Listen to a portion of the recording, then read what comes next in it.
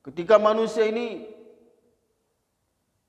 sujud kepada Allah, menjalankan perintah Allah Subhanahu wa taala, sebagaimana dalam hadis, barang siapa jaga salat 5 waktu pada waktunya sampai dia meninggal dunia secara berjamaah, apa kata Allah? Wajibkan kau masuk surga. Dan hebatnya selama kita hidup taat kepada Allah, menjalankan perintah Allah sampai kematian datang, satu kita tuntut, hadirin yang muliakan Allah, mendatangkan pertolongan Allah. Apa itu pertolongan Allah? Bukan berupa harta yang banyak, bukan berupa mobil yang mewah, tidak. Tapi kita melakukan ibadah kepada Allah, menjalankan perintah Allah sampai kematian datang, satu yang kita tuntut, mendatangkan pertolongan Allah. Di mana pertolongan Allah datang ketika kita menjalankan perintah Allah sampai kematian datang, Allah akan bantu kita untuk mengucapkan kalimat la ilaha illallah. Mustahil kita mengucapkan kalimat la ilaha illallah ketika meninggal dunia tanpa pertolongan Allah. Maka hadirin yang dimuliakan Allah Subhanahu wa taala, untuk mendatangkan pertolongan Allah, maka kita harus banyak-banyak melakukan sujud kepada Allah, beribadah kepada Allah. Hari ini Pak, orang kalau ceramah bosan dengar, ngantuk. Karena dipikir tidak nampak itu surga dan neraka kubur, hadirin yang muliakan Allah. Seandainya menampakkan kubur, siksa kubur, manusia akan takut semua. Apabila Allah Ta'ala nampakkan yang nama bagaimana ular sujul akro mengisa orang yang meninggalkan sholat 5 waktu. Jadi ini manusia, hadirin yang muliakan Allah, yang meninggalkan sholat dengan sengaja. Nanti itu dalam kubur Allah kirim utus ular yang namanya sujul akro. Ini khusus menyiksa orang-orang yang meninggalkan sholat 5 waktu, hadirin yang muliakan Allah. Jadi kalau orang meninggalkan sholat zuhur, dia patuk itu orang, dihempaskan lalu tenggelam 70 hasta. Kalau ular akro ini kalau dia meludah bisanya di dunia ini, maka tidak ada satupun pohon yang tumbuh, hadirin yang muliakan Allah. Nah, ini ular khusus menyiksa orang-orang yang meninggalkan sholat 5 waktu. Tapi mereka tidak takut, karena mereka tidak yakin, tidak nampak. Tapi ini perkara sudah dikabarkan oleh Al-Quran, hadis-hadis Nabi. Tapi manusia tidak yakin, tidak nampak perkara itu. Karena inilah iman, hadirin yang muliakan Allah.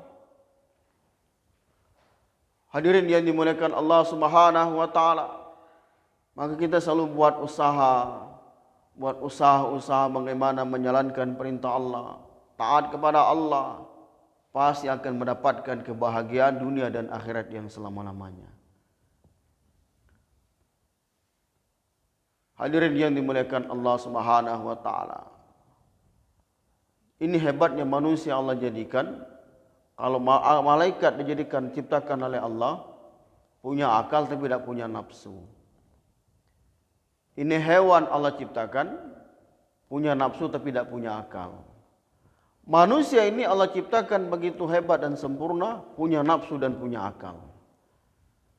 Maka Allah Subhanahu wa taala jadikan untuk ciptakan surga dan neraka untuk manusia.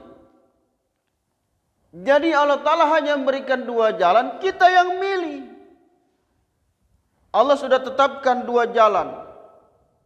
Ini jalan ke kanan, jalan ke surga, ke kiri jalan neraka. Tinggal kita yang menentukan jalan mana kita hendak kita lewati, hadirin yang muliakan Allah.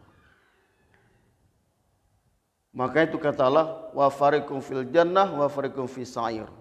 Segolongan manusia masuk ke dalam surga, segolongan manusia masuk nerakanya Allah. Jadi kalau kita tak kepada Allah, sungguh-sungguh ibadah kepada Allah melebihi daripada malaikat derajatnya, hadirin yang muliakan Allah. Karena kita ada ujian punya nafsu dan tak punya nafsu. Tapi kalau kita jauh dari perintah Allah, tidak mengagungkan Allah, Allah sudah berikan akal dan nafsu, maka kita lebih hina daripada hewan, hadirin yang muliakan Allah.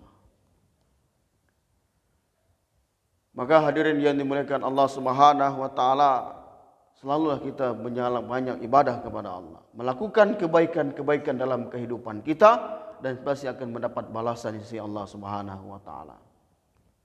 Maka inilah kami keluar di masjid Bapak ini, kami perbaiki iman kami. Memperbaiki iman, bagaimana iman ini supaya selalu terjaga dan taat kepada Allah.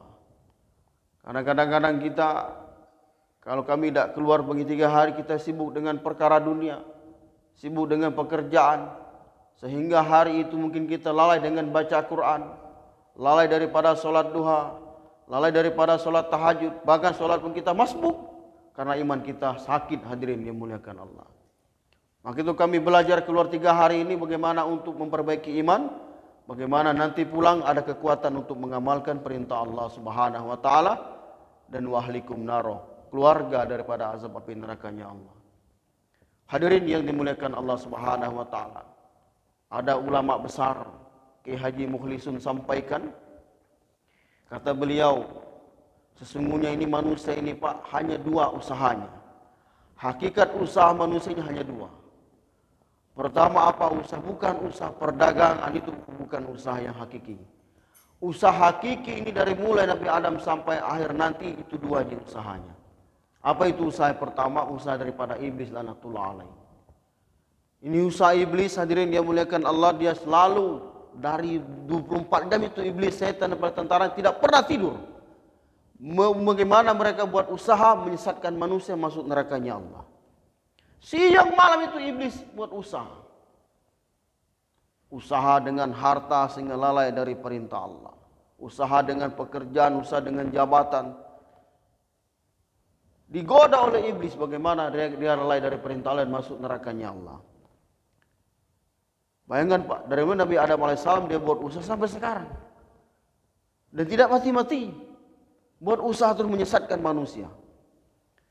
Maka dengan kasih sayang Allah Subhanahu wa taala kepada manusia ini, umat ini, maka Allah kirimlah nabi. Allah kirim para nabi dan rasul. Nabi dan rasul juga mengutus para nabi, dikorbankan nabi 124.000 nabi dan rasul, bagaimana buat usaha mengenalkan manusia kepada Allah. Seluruh nabi buat usaha bagaimana manusia sujud kepada Allah. Dan semua nabi satu kalimatnya, usahanya, bagaimana mengenalkan manusia dengan kalimat la ilaha illallah. Maksudnya bagaimana ini nabi kenalkan, para nabi kenalkan manusia bahwa ini bumi ada yang ciptakannya, ada yang ciptakan. Bagaimana bulangin ada yang ciptakan, gunung-gunung ada yang ciptakan, semua yang ada di langit dan bumi ada ciptakan. Ini Nabi kenalkan kepada manusia sehingga manusia tahu bahkan dirinya pun ada ciptakan, hadirin yang dimuliakan Allah. Makanya kita belajar buat usaha daripada Nabi sampai sekarang. Sekarang Nabi sudah tidak ada lagi, tapi manusia hari ini, iblis masih hidup. Para Nabi, Rasul sampai Nabi terakhir Rasulullah SAW sudah tidak lagi meninggal dunia. Tapi iblis tidak pernah meninggal dan mereka buat usaha bagaimana menyesatkan manusia masuk nerakanya Allah.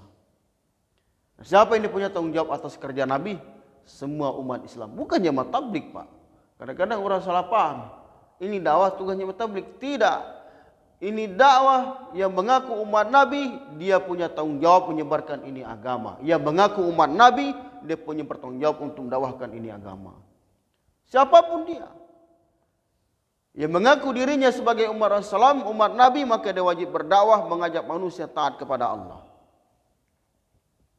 Maka inilah kami belajar bagaimana kita dakwakan agama, bagaimana ini masjid makmur, bagaimana masjid Madinah dan Munawwarah, dan bagaimana semua orang di kampung ini taat kepada Allah Subhanahu wa taala.